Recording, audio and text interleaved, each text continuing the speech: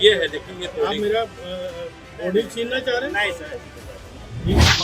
अगर आज हमको रोक रहे हैं तो आप मेरे को रोक नहीं पाओगे यहाँ। ठीक है, मैं बिना बताए आ जाऊंगा। सियासत में कई बार मुद्दे और मौके का मेल दलों के लिए चुभन की वजह बन जाता है। भीड़, हंगामे, विरोध और शोर की जो तस्वीरें आप देख रहे हैं, ये यूपी की उन तमाम जगहों की है जहां से मंगलवार को कांग्रेस ने एक ऐसा मुद्दा खड़ा करने की कोशिश की जिसने इस मौके पर ही सवाल खड़े कर दिए हैं। कांग्रेस जो 2017 के पहले राम के अस्तित्व को ही नकार चुकी थी, श्री कृष्ण के अस्तित्व को ही नकार चुकी थी, आज वो भी कहती है कि राम तो सबके हैं। अब ये लोग सब मचल रहे हैं अयोध्या जाने के लिए, लेकिन प्रभु राम तो जग नियंता है, इस ब्रह्मांड के स्वामी हैं।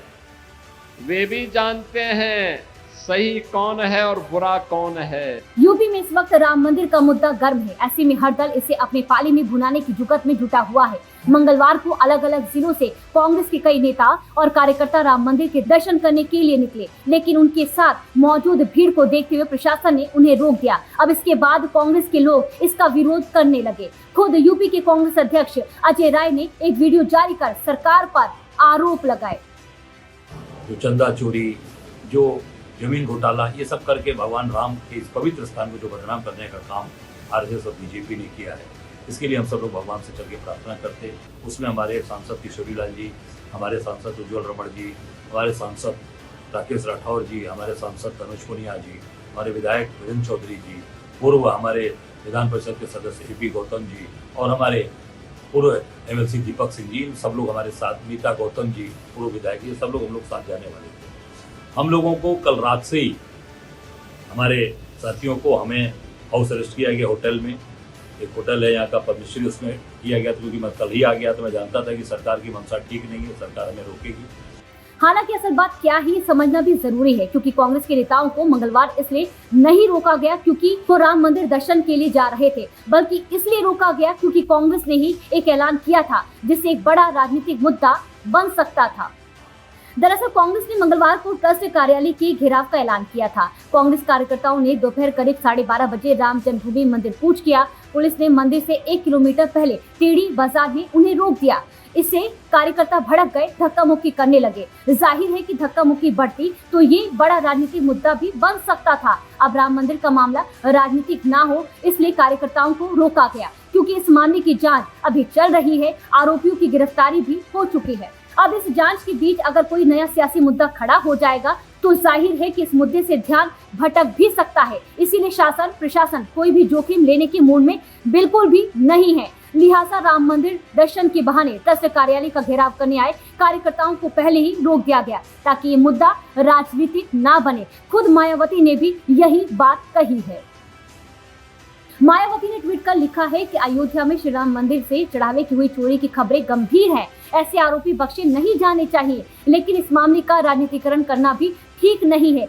लेकिन अन्य विपक्षी दल इसे एक अवसर की तरह देख रहे हैं। तभी तो भारतीय जनता पार्टी आरोप लगा रही है कि जिन्हें पहले कभी राम मंदिर की याद तक नहीं आई, आज वो दर्शन करने की बात कर रहे हैं। वो लोग हैं जो राम मंदिर आंदोलन में शामिल नहीं हुए, कांग्रेस के लोग, समाजवादी पार्टी के लोग, कम्युनिस्ट, आम आदमी पार्टी के लोग, जो राम मंदिर में तमाम तो ऐसे थे जो राम के अस्तित्व को चुनौती देते थे।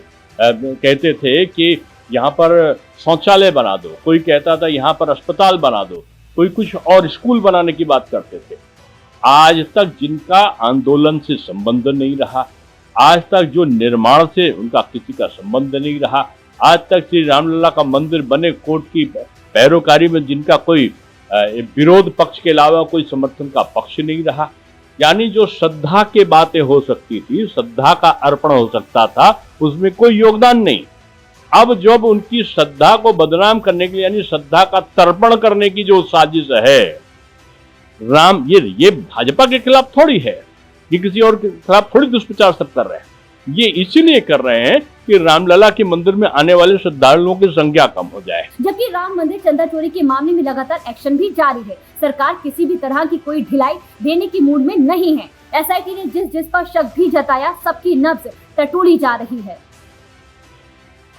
राम मंदिर में 17 साल से तैनात रेडियो ऑपरेशन अधिकारी अर्जुन देव का ट्रांसफर कर गोरखपुर भेजा गया है। एसआईटी ने उनकी भूमिका को जांच के दायरे में लिया है। चढ़ावे की गिनती वाले काउंटिंग रूम में सीसीटीवी और राम मंदिर की 1600 कैमरों की निगरानी की जिम्मेदारी उनके पास थी। इससे पहले चंपत राय से रविवार को पुलिस ने करीब 3 घंटे पूछताछ की थी। चोरी का मामला पहली बार 7 जून को सामने आया था। यूपी सरकार ने 13 जून को एसआईटी बनाई। 25 जून को एफआईआर दर्ज हुई। रामशंकर यादव उर्फ टीनू समेत 8 आरोपियों को गिरफ्तार किया गया था।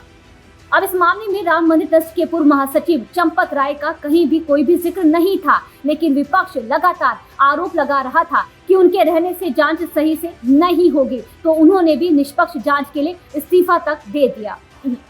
चारों तरफ से ये शोर मचाया जा रहा था कि अगर चंपत जी महामंत्री के पद पे बने रहेंगे तो जांच प्रभावित हो सकती है। उनको त्यागपत्र देने की कोई मजबूरी नहीं, हम में से किसी ने भी मांगा नहीं, पर जांच प्रभावित ना हो, जांच प्रभावित होती दिखे भी नहीं, इसके लिए उन्होंने त्यागपत्र दिया। अब इसके बाद भी विपक्ष लगातार इस मुद्दे को लेकर सरकार पर हमलावर है, जबकि भारतीय जनता पार्टी इसे सियासत बता रही है, क्योंकि जिस मामले में सरकार लगातार कार्रवाई तय कर रही है, पुलिस अपना काम कर रही है, आरोपियों के बयान का सत्यापन भी किया जा रहा है, उसमें इस तरह हंगामा करना महज सियासी स्टंटबाजी जैसा ही लगता है।